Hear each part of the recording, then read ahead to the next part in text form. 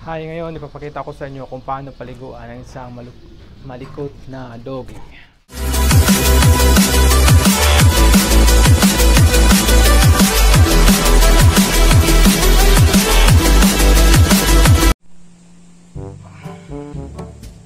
naliligo na kami.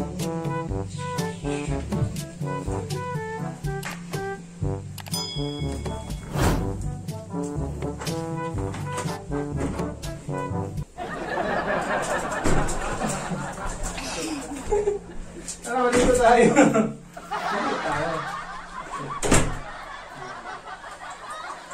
Ngayon, paliguan natin si Dali. Gamit ito. Yan. Ayan. Yan, sanay naman ito. Hindi na siya natatakot. Pero sadyang mainis talaga dito. Pag sa mga aso na takot sa tubig, dadaanin na lang basa. Halimbawa, dito na basahin mo sa may paa, dadaanin mo yung biglain na basa yung buong katawan niya pag takot sa tubig. Pag ito naman, sanay naman ito, yun, padandahan na lang. Yun, basahin mo na. Yan. So, hina yung tubig namin. Yan. Ito, mabait naman ito, oh. Di ba dali na? Ba't ikaw na kasi mangot?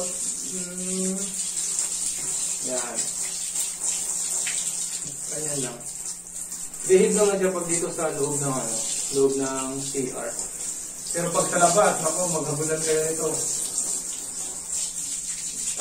Tatakbo to doon. Bukas pa kayo natatapos. Yung iba naman, tinatalian nila pag pinapaliguan yung doggy nila. Kaso ako, ayaw kong talian kasi gusto ko nila sila. Malaya pa rin lang kahit pinapaliguan. Huwag kang malungkot. Dapat mataya, ikaw. Yan. Pag sa sa bandang tenga, huwag yung basaan yung tubig yung baka mapapap yung tubig niya sa tenga. Ganyan lang. Mabait naman siya pag dito sa loob, kasi wala naman siyang matatakbuhan. Kaya ganun siya ka-behave.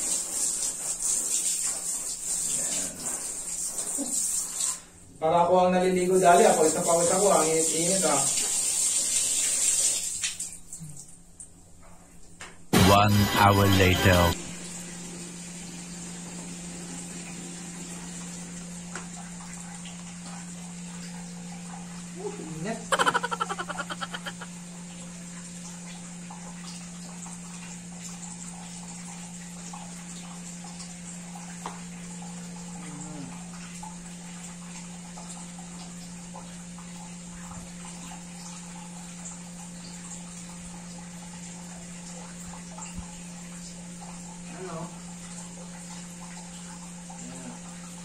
Bango na ito.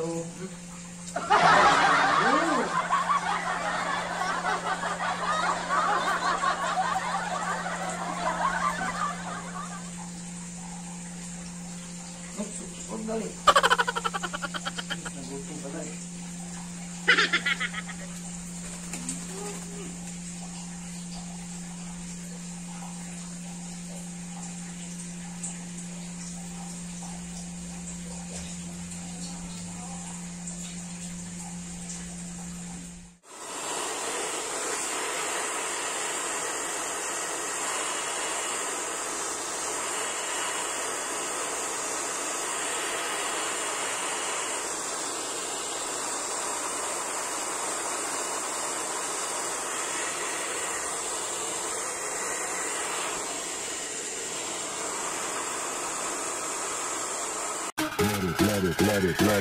Let it bang, bang.